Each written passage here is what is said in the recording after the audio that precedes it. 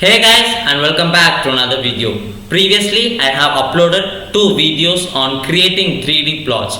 One with the help of our Matplotlib package and the second one with the help of our Plotly package. But today I am going to talk about what are the cons that we will face when we use 3D plots in our analytics report. So without any further ado, let's get started.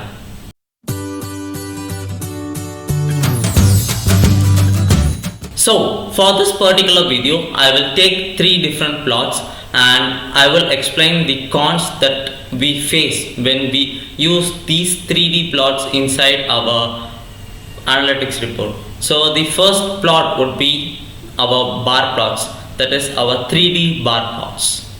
Bar plots are the basic visualization plots that we start with. Bar plot takes two variables, that is the one variable which is a categorical variable and the other one is a numerical variable. The numerical variable is generally plotted on the y-axis for the height based on the values, and the categorical variable is plotted on the x-axis. And now look at the particular image displayed on your screen. This is a 3D bar plot. But there are some disadvantages of using this particular 3D plot. These types of 3D plots can be found in Excel. So when we try to plot 3D bar plots in Excel, we get these kind of 3D plots. And now let's look at the disadvantages. The first and foremost disadvantage is we can't actually measure the value of our particular 3D bar which is at the front of our screen. Yes, obviously we can estimate it, but it won't be accurate as that when it is compared to our 2D bar plots.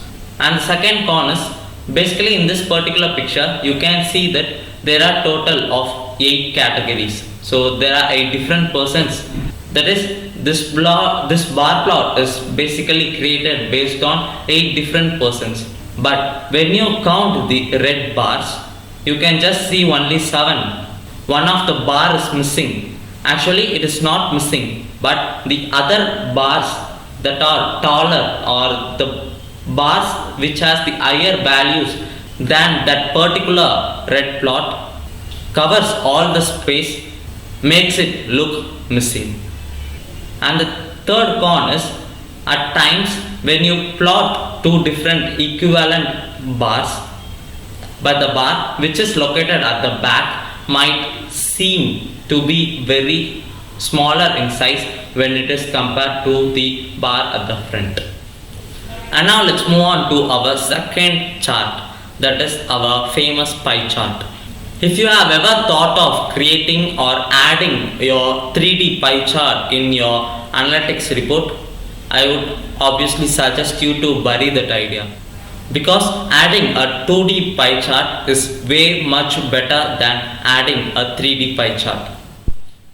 Now look at the picture on your screen. The yellow pie at the back comprises of 18% of the total pie, but the blue on the other hand, it just comprises about 15% of the particular pie that is shown on the picture. But when you remove these legends and just look at the pie chart at a blank for the first time, you might think that the blue pie is having the greater value, because the angle that the pie chart is shown clearly indicates that the blue pie is bigger than the yellow one. And so you might think that the blue pie comprises of the majority of the portion of this particular pie chart, but it is not the case. And this is one of the most important key point that makes and this is not to use 3D pie charts in our analytics report. And now let's look at our third plot, which is our 3D scatter plots. Scatter plots are basically built, or the scatter plots are plotted based on two numerical variables.